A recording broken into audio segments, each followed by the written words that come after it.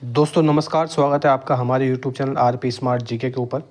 जैसा कि आपको पता है, अभी हम एनसीईआरटी की जो क्लास 10th है उसके साइंस के जो पार्ट है उनका हम आपको रिवीजन करा रहे हैं, जो कि आपके आने वाले जो जितने भी एग्ज़ाम्स हैं जैसे कि आरआरबी, एसएससी।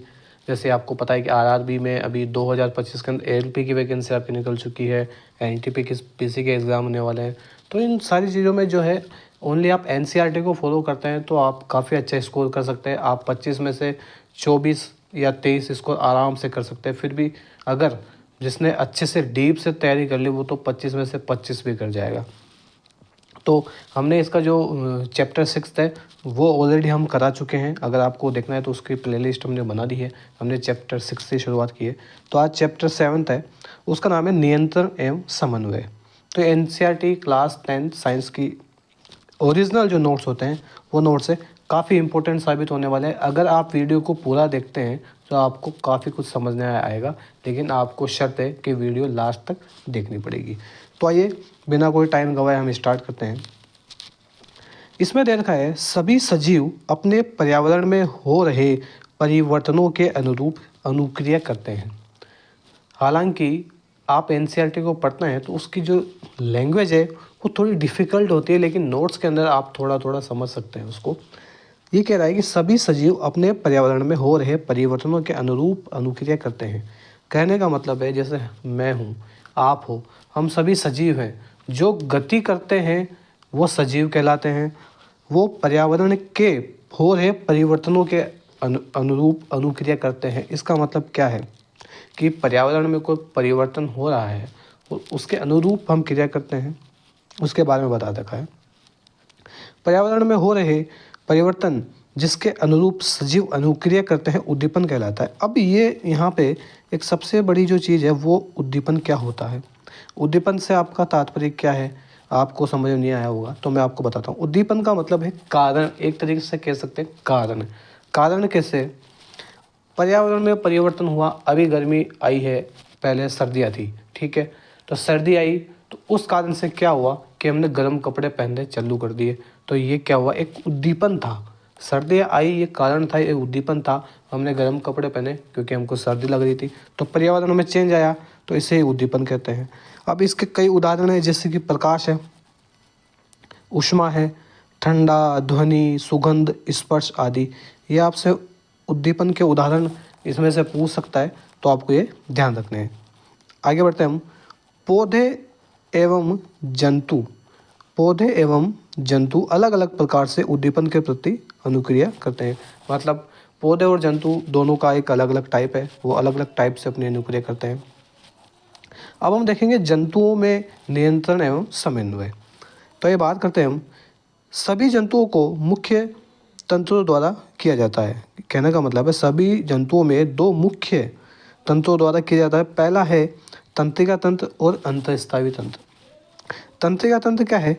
नियंत्रण एवं समन्वय तंत्रिका एवं पेशिका ऊतक द्वारा प्रदान किया जाता है।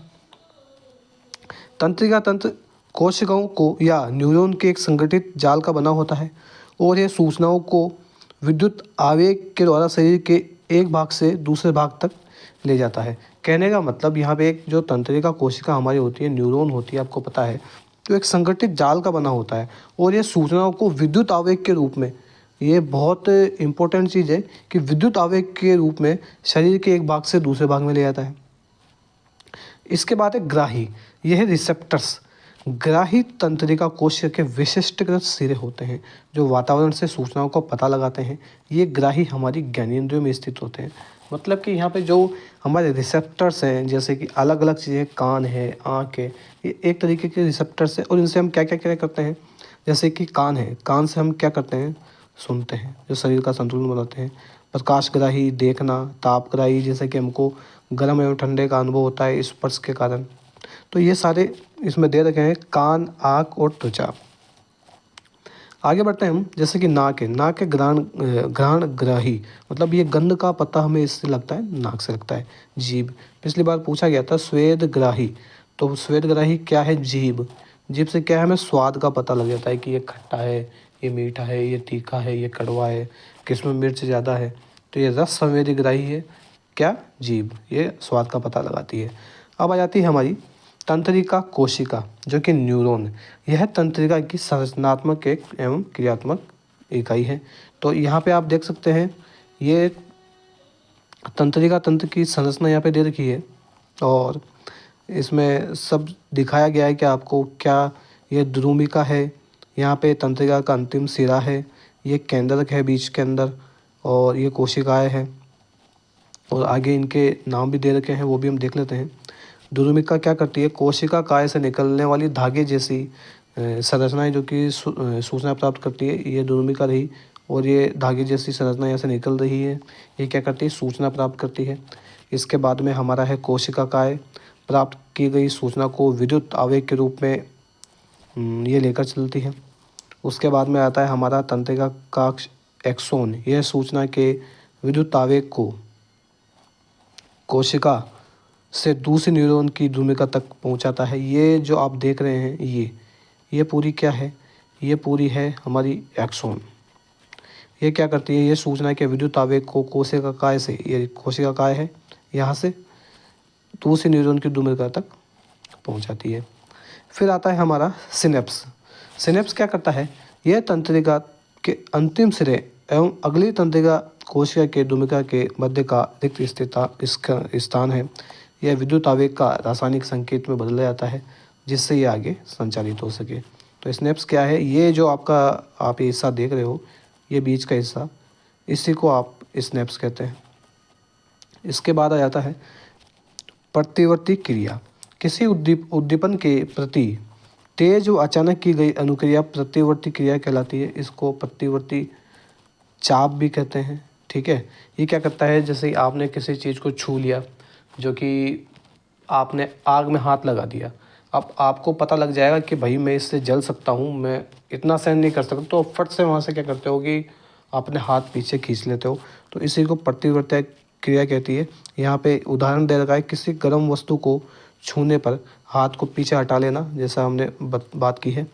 ये आता है आपका प्रतिवर्ती चाप। प्रतिवर्ती क्रिया के दौरान विद्युत आवेग जिस पथ पर चलते हैं उसे प्रतिवर्ती चाप कहते हैं। यहाँ पे आपको बिल्कुल डायग्राम के साथ में समझाया गया है। एनसीईआरटी की यही एक अच्छी बात है कि आपको पूरा डायग्राम के साथ में समझाते हैं। ये उद्दीपन ऊष्मा और ये त्वचा, ग्राही अंग, फिर मेरुरज्जु के पास में आता है, फिर पेशी कोशिकाएं और फिर हमारा हाथ है वो पीछे हट जाता है। तो ये पूरा स्ट्रक्चर बता रखा है कि कैसे कैसे सूचनाएं प्राप्त होती है और कैसे हम अपना हाथ पीछे खींच लेते हैं। उसके बाद आता है अनुक्रिया। अनुक्रिया 3 प्रकार की होती है, ऐच्छिक, अनैच्छिक और प्रतिवर्ती क्रिया। ऐच्छिक क्रिया अग्र मस्तिष्क द्वारा नियंत्रित की जाती है। तो इसको देखने से पहले हम एक बार डायग्राम देखते हैं मस्तिष्क का। ठीक है, पहले हम देख लेते हैं कि मस्तिष्क क्या है और कौन सा मस्तिष्क किस हिस्से में है, कौन सा किस हिस्से में है। तो ये देखिए, आपका ये वाला जो भाग है आगे वाला, ये आगे वाला भाग है, इसको कहते हैं अग्र मस्तिष्क। और ये बीच में जो है इसको प्रमस्तिष्क कहते हैं। ये आपका कपाल हो गई, खोपड़ी। और ये बीच के अंदर ये वाला जो हिस्सा है ये मध्य मस्तिष्क है।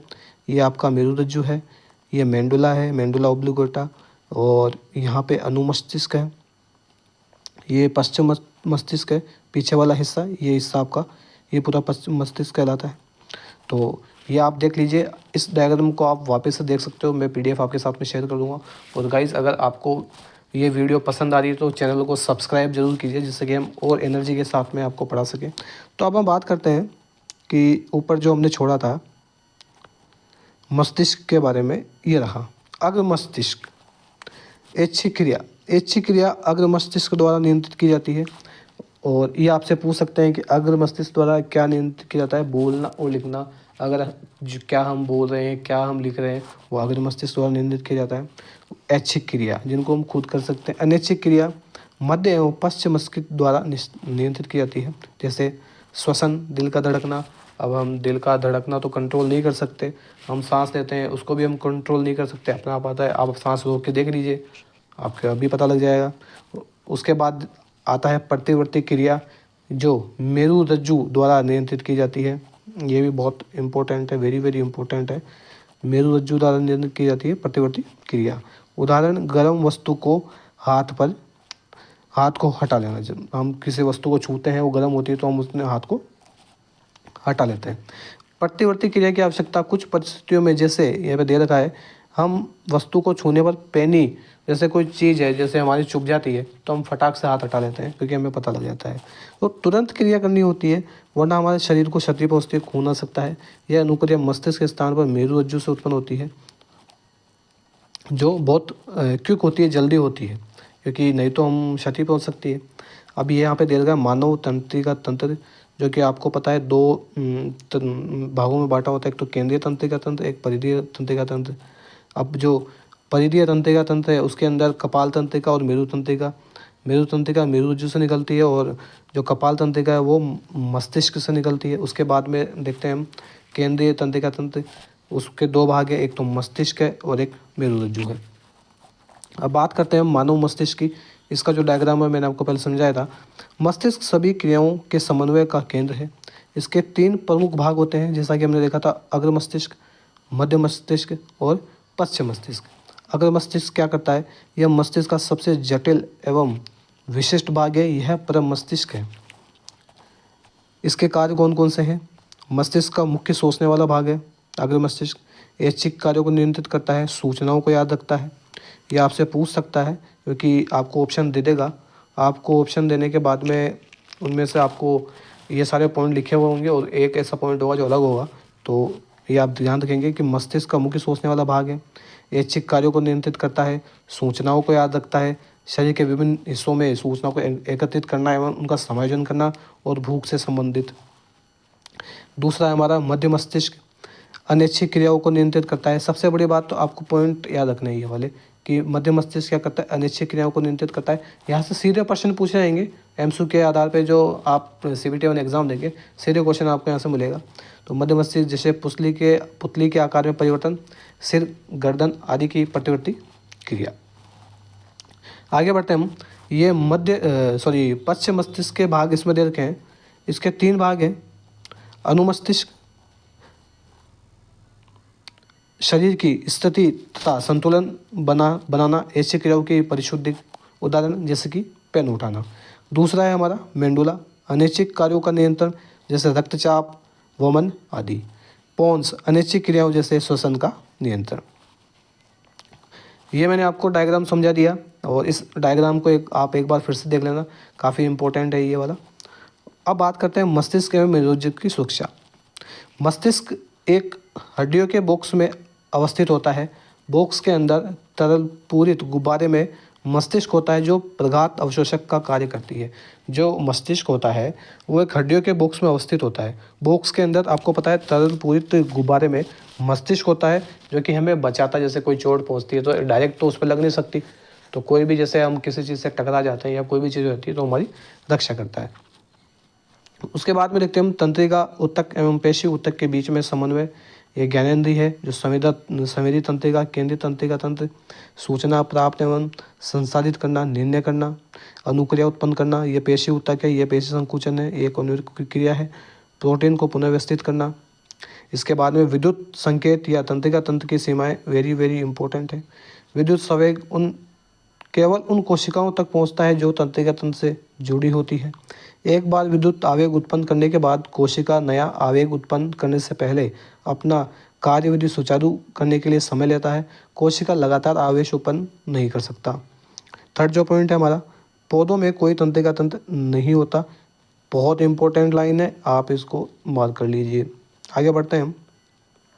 रासायनिक संचरण, विद्युत संचरण की सीमाओं को दूर करने के लिए रासायनिक संचरण का प्रयोग हुआ। पौधों में समन्वय की यहाँ पे बात करते हैं हम, तो पौधों में वृद्धि का गति पर निर्भर न होना और वृद्धि पर निर्भर गति। तो उद्दीपन के लिए तत्काल अनुक्रिया के बारे में बताया गया है, वृद्धि पर निर्भर होना है। और पौधे विद्युत रासायनिक साधन का उपयोग कर सूचनाओं को एक कोशिका से दूसरी कोशिका तक पहुँचाता है। कोशिका अपने उपस्थित पानी की मात्रा को परिवर्तित कर गति उत्पन्न करती है, जिससे कोशिका फूल या सिकुड़ जाती है। इसके कहने का मतलब है, अगर किसी कोशिका कोई चीज़ में परिवर्तन करती है तो वो क्या करती है, वो अपनी जो पानी की, उनमें जो पानी होता है ना, उनको कम ज़्यादा करके वो इस चीज़ को करती है, जो अपने आप में परिवर्तन उत्पन्न करती है। और पौधों विद्युत रासायनिक साधन का उपयोग करके एक कोशिका से दूसरी कोशिका तक पहुँचता है। उदाहरण जैसे छुई मुई पौधे की पत्तियों को सिकुड़ना बहुत इंपॉर्टेंट एग्जाम में ध्यान रखना। ये कैसे परिवर्तन करता है, ये अपनी जो पानी की मात्रा होती है ना कोशिका के अंदर, उसको ये आसानी से ट्रांसफ़र करते हैं, फिर परिवर्तन हो जाता है। अब वृद्धि के कारण गति, ये निश्चित ज्ञान अनुवर्तित गति या उद्दीपन के कारण होती है। प्रतान क्या होता है? प्रतान होता है तना, तने को ही हम प्रतान कहते हैं। जिससे वो बेल होती है ना, वो ऐसे घूमती है, तो उसी के बारे में ये बताया गया है। प्रतान का वह भाग जो दूसरे वस्तु से दूर होता है, वस्तु के पास वाले भाग की तुलना में अधिक तेजी से गति करता है, जिससे प्रतान वस्तु के चारों ओर लिपट जाती है। प्रकाशानुवर्त, प्रकाश की तरफ गति। गुरुत्वानुवर्त, पृथ्वी की तरफ या दूर गति। रसायनोवर्त यानी पराग नली की अंडाशय की तरफ गति। ये क्या होता है कि जब परागकण पहुंच जाते हैं ना, तो उसमें से पराग नली एक उत्पन्न हो जाती है, तो वो अंडाशय की तरफ गति करती है। उसके बाद में जलानुवर्त, पानी की तरफ जड़ों की गति। पादप हार्मोन, ये बहुत इंपॉर्टेंट है आपके लिए। पादप हार्मोन ये वो रसायन है जो पौधों की वृद्धि, विकास एवं अनुक्रिया का समन्वय करते हैं। पादप हार्मोन के बारे में डिटेल में आपको यहाँ पे दे रखा है। पहला है ऑक्सिन, यह शाखाओं के भाग पर बनता है, जैसे कि आपका पौधों की टिप पर बनता है ऑक्सिन। कोशिका की लंबाई में वृद्धि करता है, प्रकाशानुवर्त में सहायक है। उसके बाद आता है जिब्रेलिन, तने की वृद्धि में सहायक है। उसके बाद आता है साइटोकाइनिन, कोशिका विभाजन तीव्र करता है। उसके बाद आता है आपका एब्सिसिक एसिड, यह वृद्धि संदमन यानी कि पौधे की वृद्धि को रोकता है, पत्तियों को मुरझाता है। और तनाव हार्मोन है। तो ये जो आपको देख रहे हैं ना, ये 1 2 3 4, इस पे तो आप मार्क कर लीजिए, आपके इम्पोर्टेंट है, एग्ज़ाम में छपने वाला है। आपने अगर एग्ज़ाम दिए होंगे ना, तो आपने वैसे इनको देखा होगा। अब बात करते हैं हम जंतुओं में हार्मोन। हार्मोन वो रसायन है जो जंतुओं की क्रियाओं, विकास एवं वृद्धि का समन्वय करते हैं। अंतःस्रावी ग्रंथि, ये वो ग्रंथियाँ हैं जो अपने उत्पाद रक्त में स्रावित करती है, जो हार्मोन कहलाते हैं। अंतःस्रावी ग्रंथि क्या करती है? जो वो ग्रंथि होती है, जो हार्मोन होता है, वो रक्त में सीधा रक्त में मिलता है ना, तो वही अंतःस्रावी ग्रंथि है। अब देखते हैं हम हार्मोन। पहला है थायरोक्सिन, आउटो ग्रंथि, स्थान कहाँ होती है? गर्दन में। कार्य क्या होता है? कार्बोहाइड्रेट, प्रोटीन व वसा का उपापचय। उसके बाद आता है वृद्धि हार्मोन, जो कि पीयूष ग्रंथि, इसको मास्टर ग्रंथि कहते हैं। कहाँ होती है? मस्तिष्क में। वृद्धि एवं विकास का नियंत्रण करती है। उसके बाद में आती है आपकी एड्रेनलिन, अधिवृक्क ग्रंथि, वृक्क किडनी के ऊपर होती है। बीपी की, हृदय धड़कन आदि का नियंत्रण। आपातकाल में उड़ो या लड़ो वाली, ये इसको भी कहते हैं। इसके बाद आता है आपका इंसुलिन, इंसुलिन जो कि अग्नाशय में बनता है और पेट के नीचे रक्त में शर्करा की मात्रा का नियंत्रण करता है। उसके बाद आता है आपका लिंग हार्मोन, टेस्टोस्टेरोन, नर में और मादा में एस्ट्रोजन, आपको पता है। वृषण में बनता है अंडाशय। पेट का निचला हिस्सा, जहाँ पे आपको पता है कि कहाँ पे रहते हैं, यौनारंभ में संबंधित प्रवर्तन लैंगिक प्रयुक्ता से संबंधित है। उसके बाद यहाँ पे आयोडीन के बारे में आपको बताया गया है। आउटो ग्रंथि, थायराइड ग्रंथि को थायरोक्सिन हार्मोन बनाने के लिए आयोडीन की आवश्यकता होती है। थायरोक्सिन थायरोक्सिन कार्बोहाइड्रेट, वसा तथा प्रोटीन के उपापचय का नियंत्रण करता है, ये बात याद रखना, जिससे शरीर की संतुलन वृद्धि हो सके। अतः आउटो ग्रंथि के सही रूप में कार्य करने के लिए आयोडीन की आवश्यकता होती है। आयोडीन की कमी से गला फूल जाता है और जिसे गॉइटर बीमारी कहते हैं। उसके बाद में है मधुमेह यानी कि डायबिटीज। इस बीमारी में रक्त शर्करा का स्तर बढ़ जाता है। कारण क्या है? अग्नाशय द्वारा स्रावित इंसुलिन हार्मोन की कमी के कारण इंसुलिन रक्त के शर्करा के स्तर को नियंत्रित करता है। इसका उपचार क्या होता है? इंसुलिन का इंजेक्शन हम देते हैं अगर किसी की डायबिटीज़ हो जाती है तो। आगे हम बात करते हैं पुनर्भरण क्रियाविधि। हार्मोन का अधिक या कम मात्रा में स्रावित होना हमारे शरीर पर हानि डालता है। पुनर्भरण क्रिया ये सुनिश्चित करती है हार्मोन सही मात्रा में तथा सही समय पर स्रावित। उदाहरण के लिए रक्त में शर्करा के नियंत्रण की वृद्धि। अब यहाँ पे ये पूरा दे रखा है रक्त में शर्करा कैसे बढ़ती है, यानी आपको पूरा चार्ट के साथ में बताया गया है। रक्त में शर्करा की मात्रा बढ़ना, अग्नाशय द्वारा संसूचित करना, इंसुलिन का स्त्रावन करना, रक्त की मात्रा घटना, अग्नाशय द्वारा इंसुलिन का बनना। तो ये था आज का हमारा लेक्चर। और इसके बाद में आपको कुछ एग्जाम क्वेश्चंस दिए गए हैं। पौधों में ऑक्सिन कहाँ संश्लेषित होता है, कौन सी ग्रंथि मास्टर ग्रंथि कहलाती है, तो ये भी आप एक बार देख सकते हैं। बाकी ये था आज की हमारी वीडियो जिसमें हमने नोट्स इसमें डिस्कस किए हैं और ये काफ़ी इम्पोर्टेंट है आपके आने वाले एग्ज़ाम्स में। इनसे डायरेक्ट क्वेश्चन पूछे जाते हैं। अगर आपका कोई डाउट है तो आप कमेंट सेक्शन में पूछ सकते हैं और चैनल को आप सब्सक्राइब कर लीजिए जिससे कि आपको नोटिफिकेशन टाइम पर मिलता रहे। तो आज की वीडियो कैसे लगी कमेंट करके जरूर बताना, शेयर कर लीजिए, सब्सक्राइब कर लीजिए। मिलते हैं आपसे नेक्स्ट लेक्चर में, तब तक के लिए धन्यवाद।